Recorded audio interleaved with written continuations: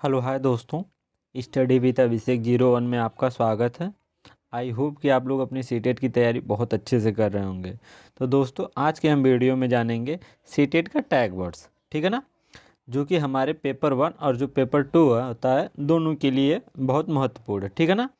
और दोस्तों इसमें जैसे ये जो सीटेट का हमारा सीडीपी का टैग वर्ड्स होगा दोस्तों, यह सिर्फ केवल सीडीपी के लिए होगा, ठीक है ना, अन्य कोई सब्जेक्ट के लिए नहीं होगा, ठीक है ना। यह मैं पहले क्लियर करना चाहता हूँ, ठीक। और दोस्तों आप इन टैग वर्ड्स को अगर अच्छे से याद कर लेते हैं और इन्हें फॉलो करते हैं, मैं श्योर कहता हूँ कि आप 25 प्लस जो है कि सीडीपी में कर पाएंगे, ठीक है ना। तो दोस्तों चलिए हम वीडियो को स्टार्ट करते हैं दोस्तों। और दोस्तों हम टैग वर्ड्स से पहले थोड़ा सिलेबस जान लेते हैं कि सिलेबस जो कि पेपर 1 और पेपर 2 में क्या आता है, ठीक है ना। तो दोस्तों जो पेपर 1 होता है दोस्तों उसका सिलेबस है जो कि 1 से 5 तक, ठीक है ना, हमारे 5 क्लास वालों का। तो दोस्तों इसमें आता है सीडीपी 30, ठीक है, ईवीएस 30 क्वेश्चन और मैथ भी 30 क्वेश्चन और लैंग्वेज 1 दोस्तों 30 क्वेश्चन और लैंग्वेज 2 का 30 क्वेश्चन, ठीक। जैसे दोस्तों लैंग्वेज 1 आपका हिंदी हो सकता है, ठीक है ना। लैंग्वेज 2 में दोस्तों मान लीजिए किसी का इंग्लिश हो सकता है, किसी का संस्कृत, किसी का उर्दू, कोई भी एक सब्जेक्ट ले सकता है, ठीक है ना। बाय द वे पहले भी दोस्तों अगर आप इंग्लिश ले सकते हैं, दूसरे में हिंदी, ठीक है ना। तो इसमें दोस्तों लैंग्वेज 1 और लैंग्वेज 2 से भी 30 और 30 क्वेश्चन आता है, जो कि हमारा दोस्तों क्या होता है 150 क्वेश्चन होता है, ठीक है ना। हमारे परीक्षा में 150 क्वेश्चन होता है और 150 क्वेश्चन के लिए हमें मिलता है दोस्तों 2.5 घंटा समय, ठीक। पास मार्किंग के लिए दोस्तों जनरल के लिए 90, अगर कोई बच्चा दोस्तों 150 में से 90 नंबर ला लेता है तो वह जनरल के लिए पास हो जाता है, ठीक है ना। और दोस्तों अगर वह ओबीसी और एसटी जात है तो उसको क्या करना होगा दोस्तों 82 नंबर लाना होगा, ठीक है ना। इसका मतलब कि आपको 150 में से दोस्तों कितना 82, ठीक है ना, 82 क्वेश्चन पास करना है, ठीक। और दोस्तों जो इसका एग्ज़ाम डेट है ये दोस्तों 14 तारीख और 15 दिसंबर को है, ठीक है ना। किसी का दोस्तों एग्ज़ाम 14 और किसी का 15 है। आप जाइएगा, मैं एक वीडियो बनाया हूँ उसमें प्री एडमिट कार्ड कैसे डाउनलोड करते हैं उसको डाउनलोड कर लीजिएगा, आपको पता हो जाएगा, ठीक।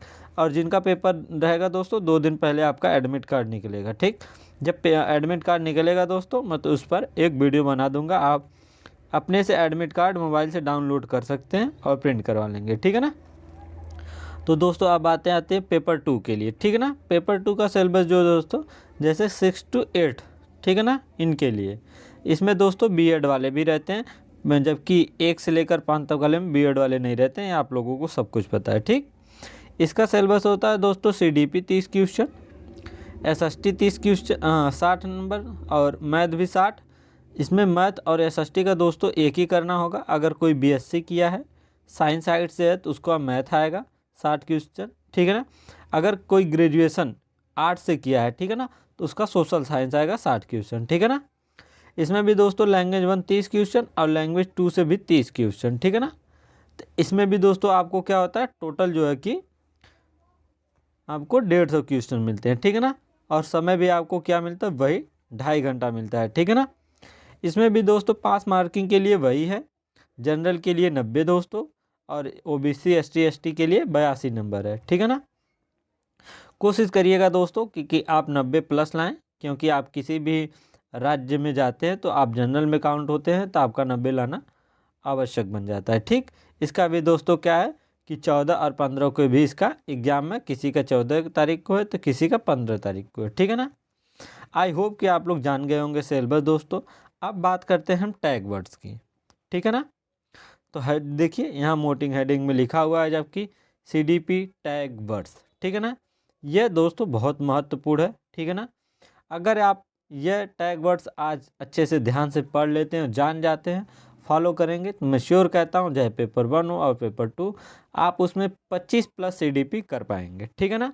मैं श्योर नहीं कर सकता दोस्तों आप 30 में से 30 भी कर पाएंगे, कुछ बच्चे कर भी सकते हैं, कुछ बच्चे नहीं भी कर सकते हैं, क्योंकि दोस्तों कि सीडीपी पढ़ने के लिए थोड़ा सा टाइम लगता है दोस्तों, थोड़ा 15 दिन 20 दिन आप पहले में करेंगे तो हो सकता है 30 आ जाए, बट अभी के लिए आपको दोस्तों 25 प्लस लाना है तो इसी टैग वर्ड्स से आप ला सकते हैं, ठीक है ना।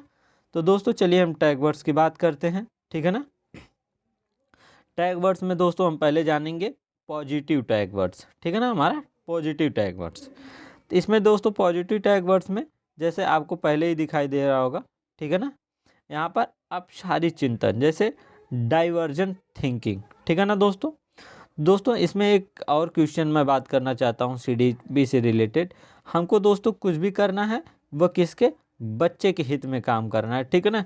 कोई भी चीज़ हो दोस्तों, बच्चे के हित में काम करना है, बच्चे से ही सब कुछ, ठीक है ना। अगर आप बच्चे के बाहर गए तो आपका क्वेश्चन गलत हो जाएगा।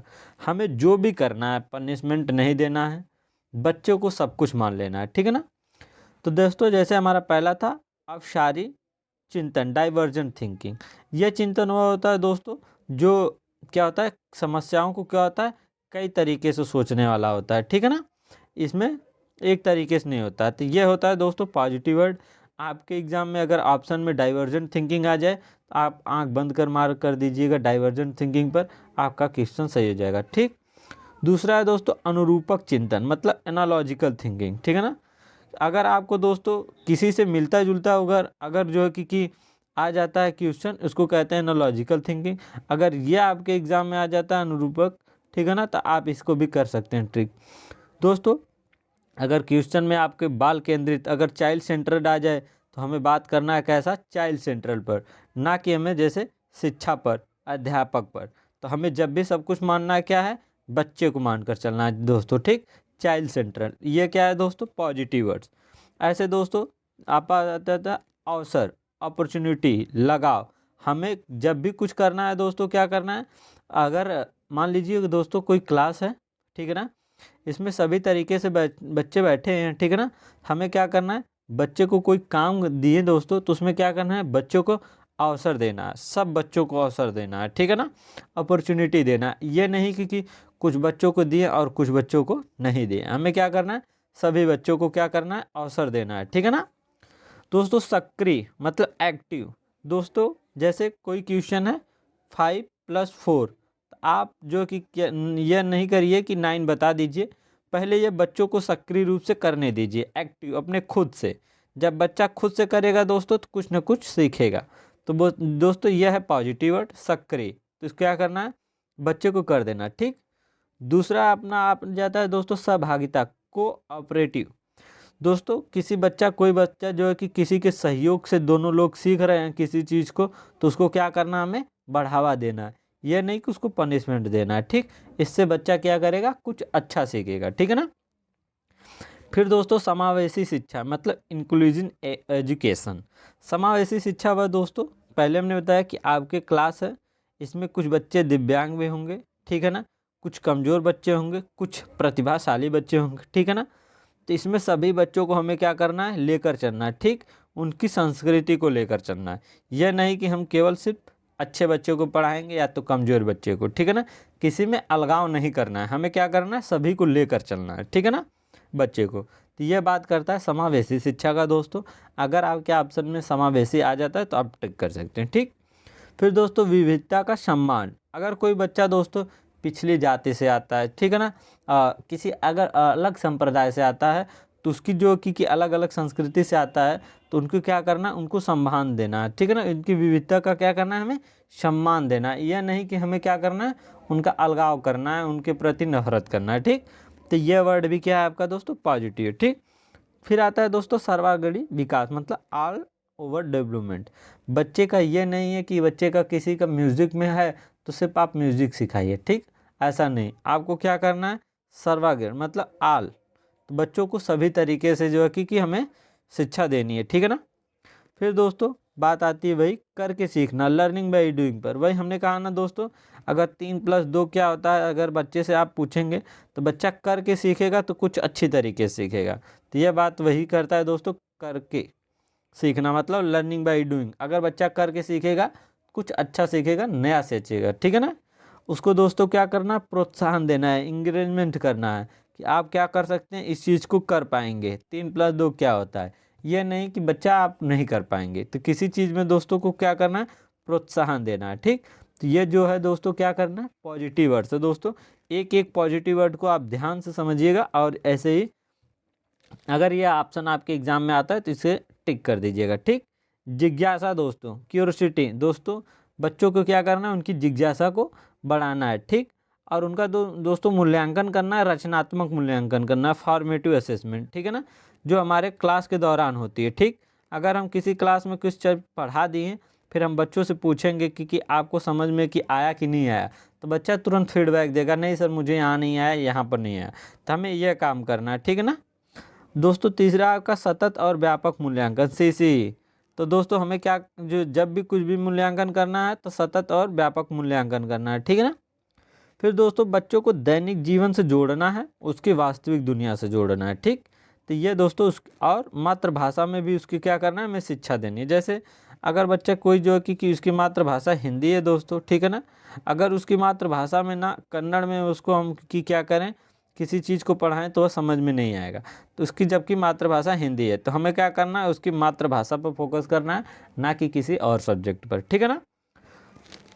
हस्तपरक अनुभव, हैंड ऑफ एक्टिविटीज़ उसको करानी है। ठीक, उसकी व्यवहारिक कुशलता विकास करना है, ठीक है ना।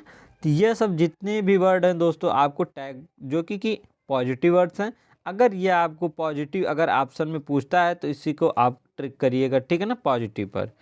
दोस्तों आप आती है लोकतांत्रिक डेमोक्रेटिक शिक्षा होनी चाहिए, प्रजातांत्रिक उसका क्या होना चाहिए, वातावरण होना चाहिए। जो बच्चा देख नहीं सुन सकता उसको दृश्य और सर्व सामग्री उपलब्ध कराना है, ठीक है ना, उसको एक संसाधन के रूप में देखना है, ठीक है ना। उसके विभिन्न संदर्भों में उसका क्या करना है, भाषा प्रयोग करना सिखाना है, ठीक है ना। उसको दोस्तों क्या करना है, समझाना है, अंडरस्टैंडिंग, ठीक है ना। उसको खोजबीन के जरिए किसी चीज़ को क्या करना है, सीखने देना है, प्रोत्साहन करना है। उसको दोस्तों समालोचनात्मक चिंतन, क्रिटिकल थिंकिंग करने देना है, ठीक है ना। किसी चीज़ के बारे में क्या करना है, सोचने देना है, ठीक है ना। और दोस्तों सेंसिटिव बच्चा क्या होता है, एक सेंसिटिव होता है, ठीक है ना। उसको रचनात्मक मतलब फॉर्मेटिव असेसमेंट करना है। ठीक, उसकी त्रुटियां, भ्रांति, मिसकंसेप्शन को क्या करना है हमें दोस्तों, मानना है कि बच्चे त्रुटियां, मिसकंसेप्शन लेकर आता है, उनको क्या करना है, हमें उनका सॉल्व करना है, ठीक है ना। ऐसा नहीं है कि उनको डांटना है, ठीक है ना, अगर गलतियां कर दे। उनकी वैभाषिकता, उनका चर्चा करना चाहिए, डिस्कशन, किसी चीज़ पर क्या करना चाहिए, उन आपस में क्या करें, डिस्कशन करें, ठीक है ना। जहाँ इमोशनल आ जाए, ठीक है ना, उनकी विभिन्न आ जाए, यह सब वर्ड आ जाए दोस्तों, तो ये सब पॉजिटिव वर्ड्स हैं। ये बच्चों के हित में कोई भी काम करे तो इसे करना है, ठीक है ना। ठीक है, ये था दोस्तों पॉजिटिव वर्ड्स। अगर आपके ऑप्शन में P पॉजिटिव वर्ड्स दिखाई दे तो आप इस पर आंख बंद कर सकते हैं दोस्तों। जितने थे पॉजिटिव वर्ड्स ध्यान से जान लीजिएगा, ठीक है ना, उसे याद कर लीजिएगा, आप लोग समझ लीजिएगा, सबसे ज़्यादा समझने की कोशिश करिएगा, ठीक है ना। आप वो अप्लाई करेंगे तो आपका श्योर है कि आपका CDP में अच्छा नंबर आएगा। ठीक, अब बात करते हैं दोस्तों निगेटिव वर्ड्स की। या अगर आपके ऑप्शन में यह निगेटिव वर्ड से पूछता है तो आप इससे क्लिक करिएगा, ठीक है ना। जैसे दोस्तों केवल, या तो मात्र, या तो सिर्फ ओनली आ जाए तो क्या होता है दोस्तों, ये आपका निगेटिव वर्ड्स है। ठीक, बच्चों को दोस्तों जैसे रटना, याद कराना, कंठस्थ करवाना, यह सब क्या करना है, नहीं करना है, ठीक है ना।